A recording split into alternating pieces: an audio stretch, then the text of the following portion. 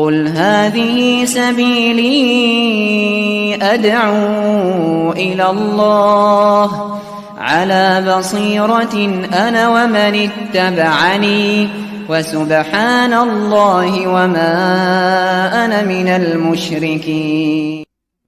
Bismillahirrahmanirrahim. Assalamualaikum warahmatullahi wabarakatuh.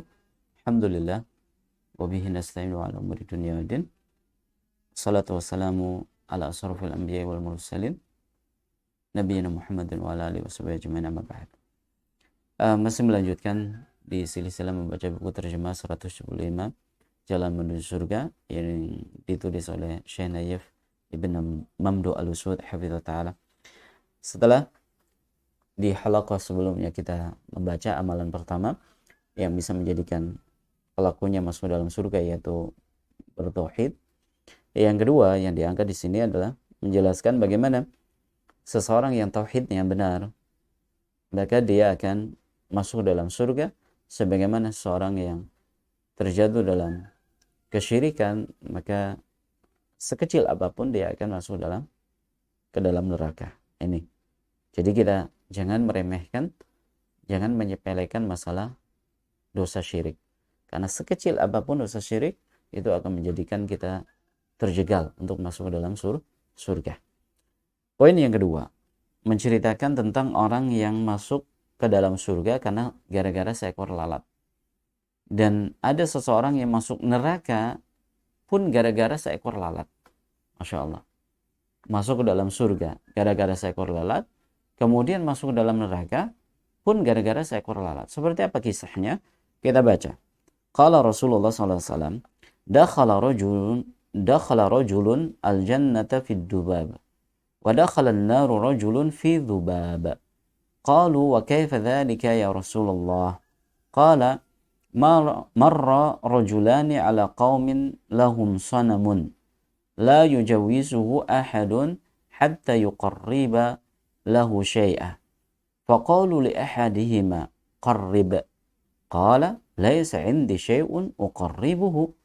Faqalu lahu qarrib walau dhubaban. Faqarraba dhubaban. Fakhalu sabilahu fadkhala an-nar. Wa qalu lil akhar qarrib walau dhubaban. Qala ma kuntu li uqarribu li ahadin syai'an duna Allah azza wa jalla. Fadharabu unuqahu fadakhala al-jannah. Dikisahkan oleh Nabi sallallahu alaihi wasallam, ada seseorang yang ia masuk ke dalam surga gara-gara seekor lalat. Dan ada seseorang yang masuk ke dalam neraka pun gara-gara seekor lalat. Ketika didengar oleh para sahabat tentang kisah ini, maka para sahabat takjub, bertanya, bagaimana kok bisa seperti itu wahai Rasul? Bagaimana kisahnya? Maka Nabi SAW menceritakan, marra rajulani ala qaumin lahum sanamun. Ada dua orang yang dia itu lewat pada suatu kaum, yang mana kaum tersebut ia punya patung yang disembah, punya berhala. Kemudian mereka itu punya peraturan daerah, la yujawizu ahadun hatta yuqarriba lahu syai'a. Jadi mereka penduduk kampung tersebut punya peraturan. Ya, punya peraturan.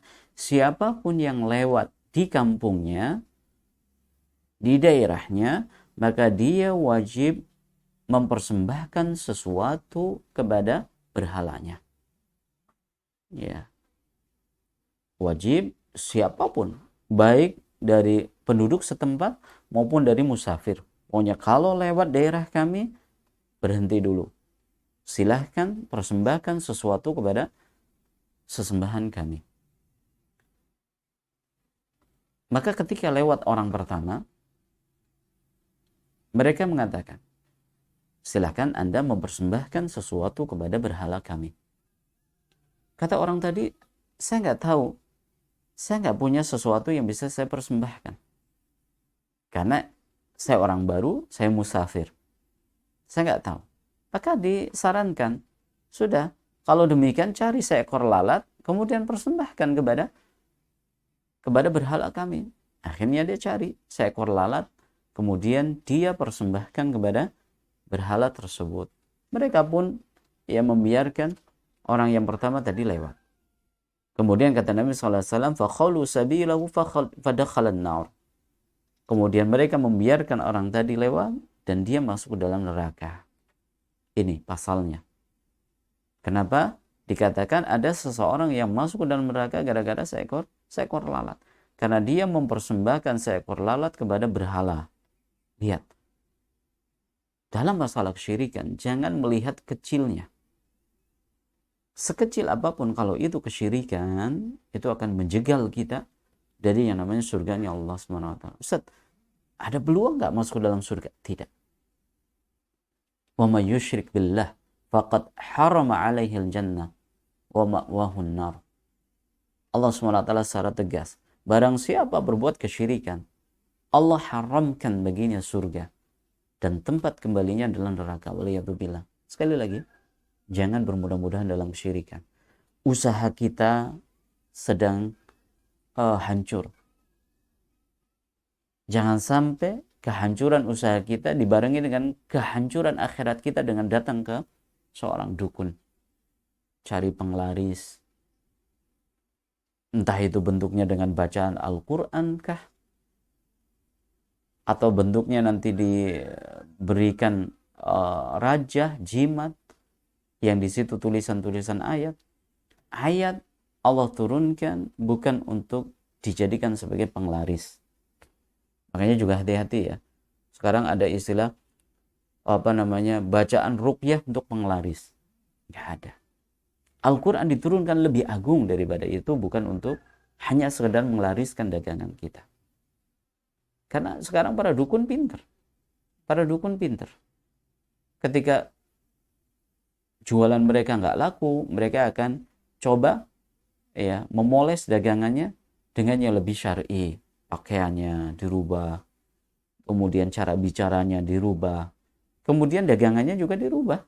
Kalau dulu murni mantra-mantra nggak diketahui, sekarang ayat-ayat Al-Quran yang dipotong-potong, yang diambil 1-2 kalimatnya.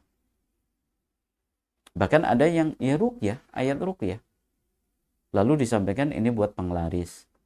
Jangan sampai seperti itu. Lihat, Nabi SAW mengingat kisah ini untuk pelajaran. Kisah ini bukan untuk sekedar hanya dibaca sebagai dongeng tidur, tidak. Kisah ini untuk pelajaran bagi kita semuanya. Bagaimana ada orang masuk ke dalam neraka gara-gara seekor lalat. Seekor lalat yang dipersembahkan kepada selain Allah. Lalu bagaimana dengan seekor ayam? Bagaimana dengan seekor kerbau? Bagaimana dengan seekor sapi? Ketika disembelih dipersembahkan kepada selain Allah SWT. Jauhi yang namanya kesyirikan. Karena itu yang akan menjegal kita masuk dalam surga. Sebaliknya, kita baca orang kedua. Wa qalu lil akhar. Lalu ketika orang kedua lewat perkampungan tersebut, ternyata ada tercantum ada peraturan daerah. Siapapun orang yang lewat di kampung kami harus mempersembahkan sesuatu kepada berhala ini, yang kami agungkan, yang kami puja. Maka kata orang yang kedua, saya nggak akan mempersembahkan sesuatu kepada selain Allah. Ini orang yang bertauhid. Sekalipun ancamannya adalah nyawa. Karena ini peraturan di sini bukan peraturan sembarangan. Artinya yang memiliki toleransi. Oh, ini orang nggak tahu nggak apa-apa lah. Oh, ini orang asing nggak apa-apa. Enggak. Ini pokoknya siapapun orang yang lewat kampung kami, baik penduduk setempat ataupun orang asing, wajib mempersembahkan sesuatu kepada berhala kami. Kalau tidak, ima dia nggak usah lewat, atau kalau mau tetap kita bunuh. Nah, ini kan peraturannya nggak main-main. Maka orang tadi, sekalipun dia tahu risikonya akan dibunuh, dia mengatakan ma kuntu liuqarribu li'ahadin syai'an dunallah. Saya nggak akan mendekatkan diri dengan sesuatu kepada selain Allah SWT. Apapun bentuknya. Karena disarankan qarrib walau dzubaban. Sudah, ya. Sekalipun pakai seekor lalat nggak apa-apa. Tapi dia tetap mengatakan teguh dengan prinsipnya, dengan keyakinannya yang benar. tidak boleh mempersembahkan sesuatu kepada selain Allah, maka akhirnya dia fadarabu unuqahu, mereka penggal lehernya pada khalal jannah, maka dengan sebab itu dia masuk dalam surga. Ada orang yang masuk dalam neraka gara-gara seekor lalat, ada orang yang masuk ke dalam surga gara-gara seekor lalat. Maka ini yang harus menjadi pelajaran bagi kehidupan kita semuanya. Jangan meremehkan tentang dosa syirik, sebagaimana keutamaan orang yang bertauhid akan menjadikan pelakunya masuk dalam surga.